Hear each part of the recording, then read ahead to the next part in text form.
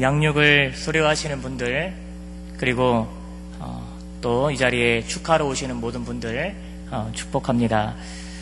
양육을 수료한 것을 저희가 이렇게 함께 축하하고 아마 축복하고 또 이후에 면류관을 씌워주는 것은 이제 앞으로 말씀으로 배우고 확신한 일에 거하면서 승리하면서 그 길을 갔을 때 그 길의 끝에 무엇이 예비되어 있는지를 미리 보여주는 것이라 할 수 있겠습니다. 예수님께서 제자들을 부르십니다. 배우고 따르는 사람을 우리는 제자라 합니다. 이동원 목사님의 한 책에서 한 글을 읽었는데요. 이런 내용이 있었습니다. 과거 우리나라 교육기관은 서당이었는데 서당에서 아이들이 잘 자라면 일꾼이 되고 잘 자라지 못하면 말꾼이 된다라고 이렇게 말을 했습니다. 하나의 교육 마당에 일꾼과 말꾼이 함께 자라고 있었다라는 것입니다. 신앙 공동체도 그런 것 같습니다. 같은 말씀을 들으며 우리가 하나님 앞에 서 있어도 진정한 제자, 배우고 따르는 사람이 있는가 하면 말만 하는 말꾼도 있는 것 같습니다. 고린도전서 4장 20절에 하나님의 나라는 말에 있지 않고 오직 능력에 있습니다. 이렇게 말씀을 합니다. 바울이 고린도 교회에 이런 편지를 쓰면서 두 사람을 비유했는데요. 디모데와 어떤 이들 이렇게 비교를 했습니다. 디모데는 사랑하고 신실한 아들이었고 제자였고 일꾼이었습니다. 그러나 어떤 이들은 교만한 자요 말꾼이었던 것이죠. 저는 우리 사랑하는 양육 우리 수료생들이 계속해서 받은 바 은혜 아래 거하면서 신실한 제자 일꾼이 되시기를 주님의 이름으로 축원합니다. 3년 동안 제자들을 깨우쳐 주셨습니다. 가르쳐 주셨고요. 보여주셨습니다. 그리고 주님을 따르게 하셨습니다.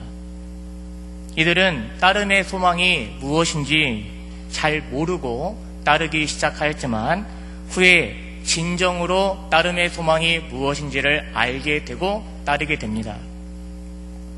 오늘 본문 말씀은 한 제자를 부르시는 주님의 모습을 비춰주고 있습니다. 시몬의 배에서 주님이 시몬을 부르셨을 때 시몬이 모든 것을 버려두고 주님을 따르기 시작하는 모습을 보여주시는 것이죠. 그러면 질문이 생깁니다. 무엇이 그 어부로 하여금 모든 것을 버려두고 주님을 따르도록 했을까? 5장 3절 말씀에 보면 예수께서 한 배에 오르시니 그 배는 시몬의 배라 라고 이렇게 말합니다. 주님이 한 배에 올랐는데 우연히도 그 배가 베드로의 배였습니다. 배를 바다 쪽으로 조금 떼기를 청하시고 앉으사 그 베드로의 배에서 무리를 가르치셨습니다. 그리고 나서 말씀을 마치시고 4절에 보면 깊은 데로 가서 그물을 내려 고기를 잡으라 라고 말씀을 하시죠. 5절에 보면 시몬이 대답하여 이르되 선생님 우리들이 밤이 새도록 수고하였으되 잡은 것이 없지만은 말씀에 의지하여 내가 그물을 내리리이다 하고 6절에 보면 그렇게 하니 고기를 잡은 것이 심이 많아 그물이 찢어지느니라 라고 하였습니다. 하나님의 어떤 이 사랑 표현을 우리는 볼 수 있습니다. 베드로가 누구이길래 그를 제자 삼기 위해 밤새도록 물고기를 한 마리도 잡지 못하게 하시는지, 사실 베드로가 누구이길래 라는 이 질문은 중요한 질문도 아닙니다. 조금 중요한 것은 누군가에게 주님이 찾아오셔서 그 주님을 따르게 하시기 위해 하나님께서 어떠한 일을 행하시는가를 우리는 볼 수 있다라는 것입니다. 그를 제자 삼기 위해 밤새도록 물고기를 잡지 못하게 헛수고하게 하시는 그 일을 하신 것이죠. 이 모든 과정을 통해서 베드로는 5장 8절에 이런 고백을 합니다. 시몬 베드로가 이를 보고 예수의 무릎 아래에 엎드려 이르되 주여 나를 떠나소서 나는 죄인이로소이다. 시몬 베드로가 이 예수의 무릎 아래 엎드려서 주여 나를 떠나소서 나는 죄인이로소이다 라는 이런 고백을 주님은 이루어 가시는 것이죠. 신앙생활은 스토리라고 할 수 있습니다. 그런데 그 스토리를 이루어 가시는 분은 하나님이신 것이죠. 베드로와 예수님의 만남입니다. 베드로는 지금 예수님께 잡힌 바 되는 순간입니다. 베드로를 잡았던 것은 그분의 임재와 그분의 권능이었습니다. 그렇게 시작된 이 믿음이 후에는 십자가의 사랑의 죽음 그리고 부활의 권능 그 고난에 참여함을 알고자 하여 나는 아직 잡은 줄로 여기지 아니하고 잡힌 바 된 그것을 잡으려고 달려가노라 라는 이런 고백으로 이끌어 가시는 것이죠. 양육의 기간 동안에 그리고 지난 내 신앙의 모든 시간 동안 주님은 여러 모습으로 우리 모두를 찾아오셨습니다. 그리고 역사하셨던 것이죠. 우리가 지금 이 자리에 있는 것 자체도 하나님의 나를 향하신 스토리를 이루어 가심이라 할 수 있는 것이죠. 사람이 경험할 수 있는 가장 복됨이 하나님께서 나를 찾아오셔서 나로 하여금 무엇인가에 붙잡힌 바 되게 하는 것이죠. 우리를 무엇이 붙잡고 있습니까? 오직 예수, 그것이 우리를 붙잡고 있는 것이죠.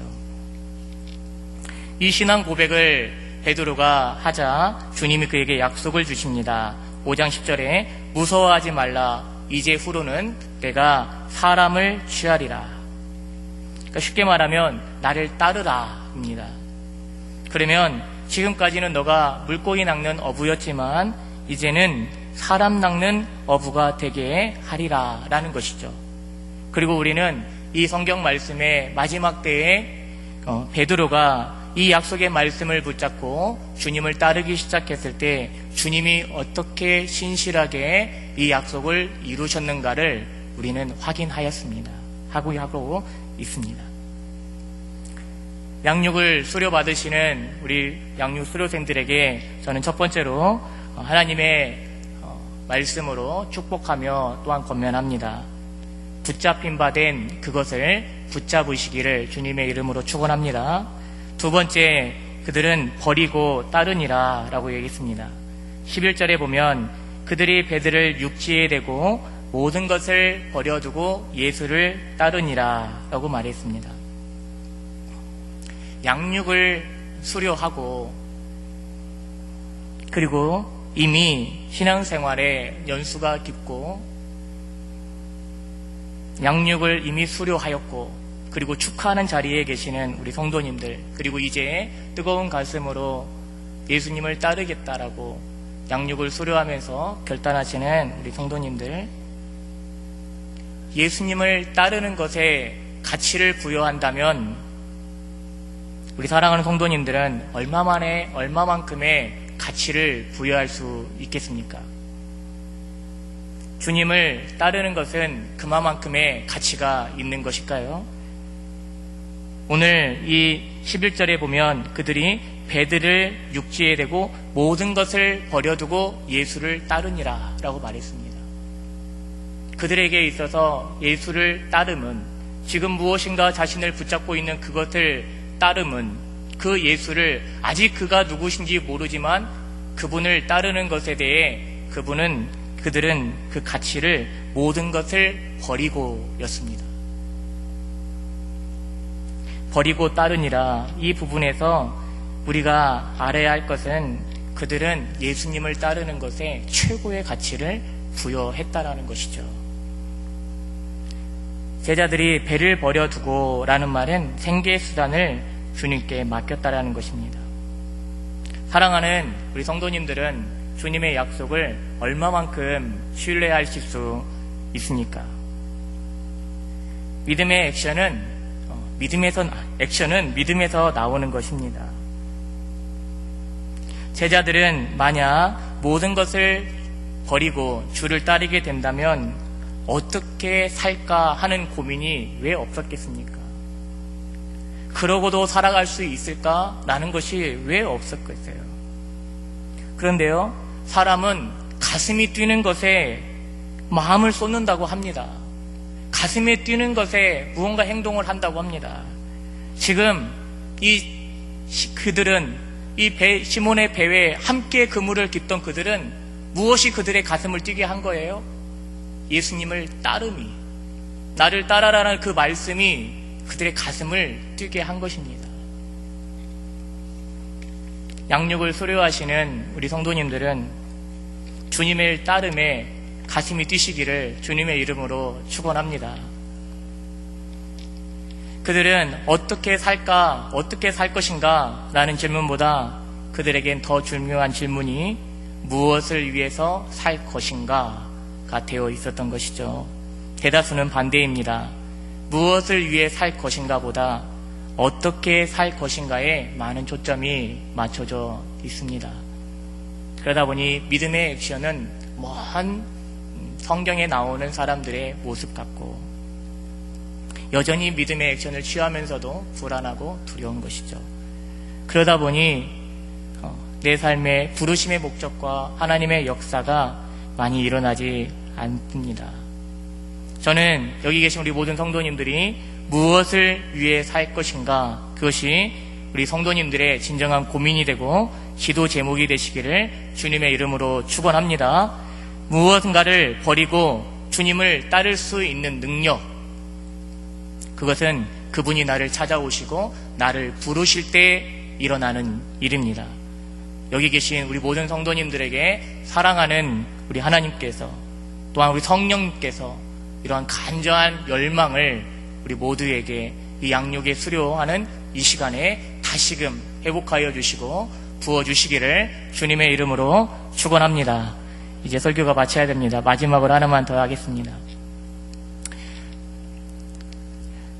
범사에 헤아려 좋은 것을 취하라 라고 그렇게 말씀을 하셨습니다. 그리고 신명기 5장 29절 말씀에 우리 하나님은 이렇게 말씀하셨습니다. 그들이 이스라엘 백성이 어떤 선한 일을 소원을 두고 하는 모습을 보고 5장 29절에 다만 그들이 항상 이 같은 마음을 품어 나를 경외하며 내 모든 명령을 지켜서 그들과 그 자손이 영원히 복받기를 원하노라. 항상 이 같은 마음을 품어서, 저는 우리 기쁨의 동산교회가 이러한 항상 하나님을 향한 소원하는 마음을 품어서 영원히 복받기를 원하시는 그 하나님의 복을 누리시기를 주님의 이름으로 축원합니다.